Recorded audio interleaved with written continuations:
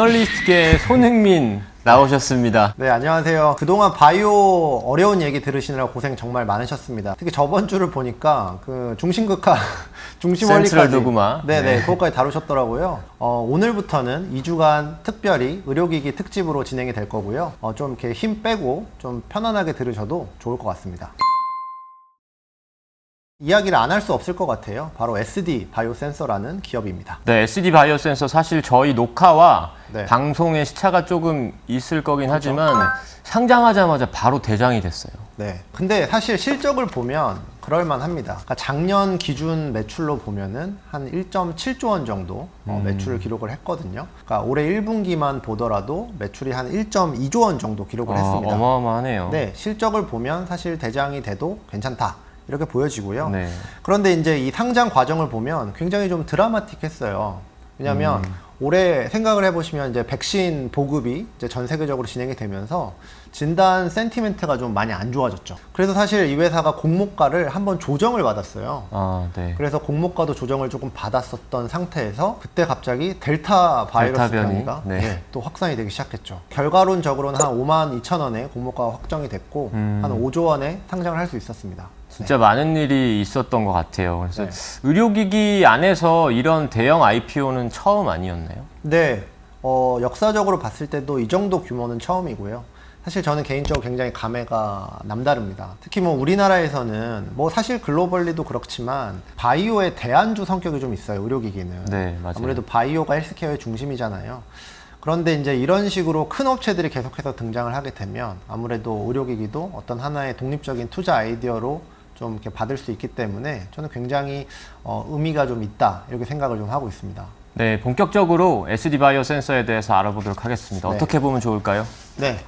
사실 큰 회사더라도 이런 새내기주 같은 경우에는 익숙하지 않으실 경우가 되게 많을 것 같아요. 그러니까 이럴 때는 사실 기존에 알고 있는 회사랑 비교를 해서 보시면 굉장히 조금 더 편안하게 보실 수 있습니다. 그래서 진단회사 중에 이제 대표적인 시젠하고 비교를 해서 좀 설명을 드릴 거고요.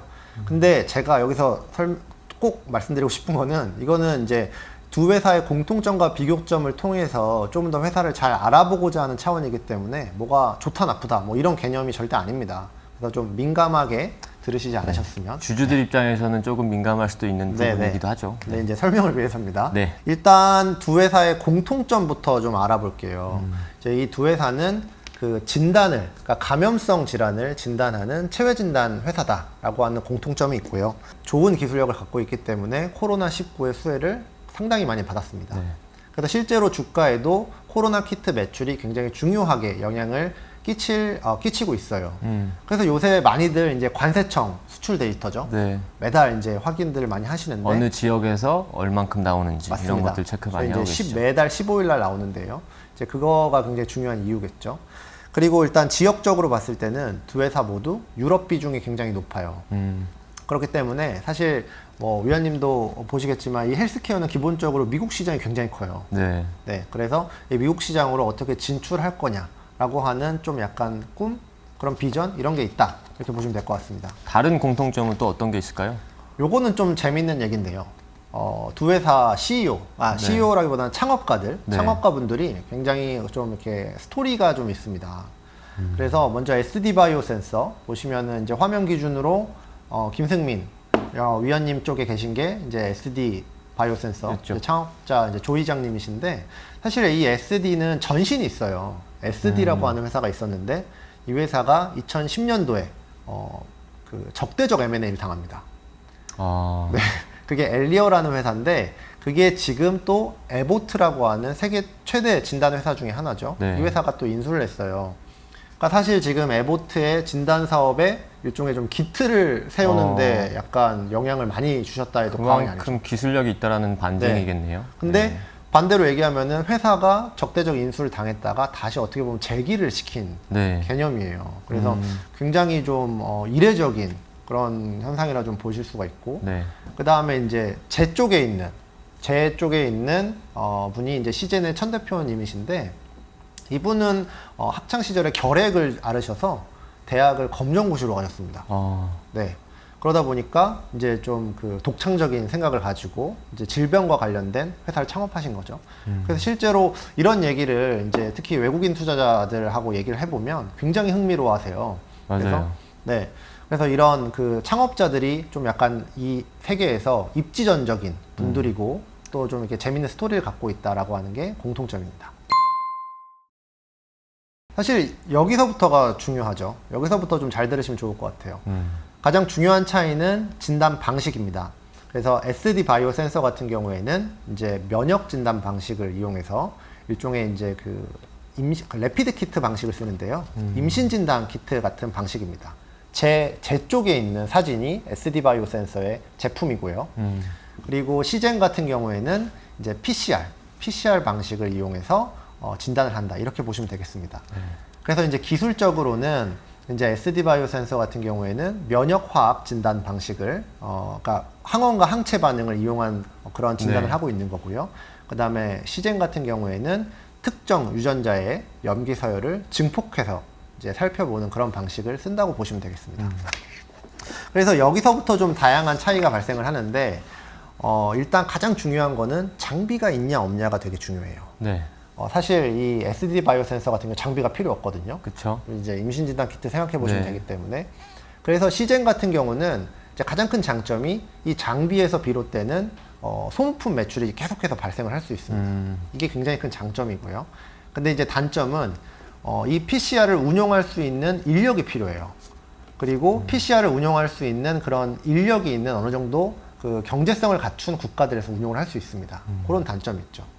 근데 이제 SD 바이오 센서는 말씀드렸던 대로 장비가 없기 때문에 이제 그 장비에 의한 고객을 묶어두는 그런 락인 효과라고 하죠. 이런 네. 건 조금 부족해요. 네. 하지만 PCR을 운용할 수 없는 국가들이 있거든요. 뭐 인도나 이머징 국가들 그쵸. 그런 쪽에서는 굉장히 큰 장점을 나타낼 수 있고요. 그래서 이제 이런 것들이 큰 차이라고 보시면 될 것 같고요. 방식에 따라서 장단점이 다 있네요. 네네. 네. 그리고 이제 두 번째 차이는 이제 글로벌 그러니까 글로벌 대형 기업들과의 파트너십인데 두 회사 모두 파트너십을 쓰고 있습니다. 근데 방식이 약간 달라요. 네. 네, SD 바이오 센서 같은 경우에는 세계 최대 그 진단 업체죠. 로슈인데요. 아마 네. 파마, 바이오텍, 진단, 디바이스 뭐 다 하는 회사죠. 네네. 진단에서는 1위 업체입니다. 이 업체랑 유통 파트너십 계약을 맺었어요. 그래서 실제로 일종의 딜러처럼 활용을 하고 있고요. 매출의 거의 60% 이상이 로슈에서 나오고 오우, 있다. 어마어마합니다. 로슈 통해서 나오고 있다. 이렇게 보시면 될 것 같고, 그래서 유통으로서 파트너십을 맺고 있다는 게 특징이고요. 그리고 시젠 같은 경우에는 아까 말씀드렸던 그 장비들, 네. 그 장비를 글로벌 기업의 장비를 쓰고 있습니다. 그래서 이 PCR 시장이 생각보다 굉장히 보수적이에요. 그런데 이제 외국 장비들, 잘 알려진 장비를 쓰게 되면 아무래도 그 운용하는 사람 입장에서 익숙하기 때문에 그런 장점을 낼 수 있습니다. 네, 두 회사가 비슷한 듯 되게 다른 느낌인 것 같아요. 로슈 같은 대형 글로벌 업체와 파트너십을 맺었고 그리고 레피드 키트 방식이기 때문에 PCR이 없는 지역이거나 혹은 자가 진단에서 굉장히 유리할 수 있는 그런 장점이 있습니다. 하지만 이 장비에 연동되는 매출은 적을 수밖에 없는 그런 네. 단점이 있죠. 물론 그 사업이 없는 건 아닙니다. 주력 사업을 기준으로 말씀을 드리는 거예요. 그렇기 때문에 이 회사는 그 30분 안에 PCR 할 수 있는 일종의 PCR 시장으로 진출을 네. 하려고 해요. 그래서 그 대표적인 장비가 M10이라는 장비인데요. M10. 네. 앞으로 SD 바이오 센서를 보실 때 굉장히 많이 등장할 단어입니다. 그래서 이제 꼭 기억을 하시면 좋고요. 그 다음에 이제 두 번째는 이 회사가 아직 미국에 대한 그 직접적인 진출이 아직은 일어나지 않았어요. 그래서 비중이 굉장히 미미한데 그렇기 때문에 이 시장을 적극적으로 진출해 들어갈 것이 중요합니다. 그래서 아마 M&A 전략을 좀 활용할 거라고 기대가 되고요. 지금 공모를 통해서 유치한 자금과 또 지금까지 쌓아둔 자금을 합치면 거의 한 1.6조 원 정도 굉장히 되기 때문에 많이 가지고 아마 이 있네요. 자금이 굉장히 유용하게 쓰이지 않을까 생각을 하고 있습니다. 그래도 우리는 투자자니까 그쵸. 주식 측면에서 이 회사 좀 어떻게 봐야 될까요? 네. 일단 당연히 여기서 중요한 포인트는 실적이라고 봅니다. 그래서 지금 실적 시즌이죠. 그래서 2분기 실적을 발표할 텐데 아무래도 상장 이후에 처음으로 발표하는 그 실적이기 때문에 굉장히 중요할 거라고 봅니다. 그런데 저는 덧붙여서 여기에 두 가지가 더 중요하다고 보는데 바로 오버행 리스크를 어떻게 해소할 것이냐라는 부분과 그리고 포스트 코로나 전략을 어떻게 보여줄 것이냐, 이 두 가지가 중요하다 봅니다. 네, 오버행 리스크는 시장에 매도 물량이 대량으로 출회될 가능성이 있는 것을 네. 이야기를 하죠. 이런 공모주 같은 경우에는 그런 리스크들이 좀 있어요. 그래서 보시면은 이번에 제가 공모한 거를 좀 보니까 이번에 공모에 참여한 기관 투자자가 한 8% 정도 비중이 그 정도 되는 것 같습니다. 그런데 여기서 그 3개월 이상 확약을 건 기관 투자자 비중이 아직 14%가 안 되더라고요. 이런 부분이 있고, 그 다음에 이제 상장되기 전에 투자했었던 그런 뭐 VC나 기관 투자자들이 또 있을 거거든요. 이제 이런 물량들을 좀 이제 우리는 조심해야 된다, 알고 있어야 된다 그쵸. 라는 개념이고요.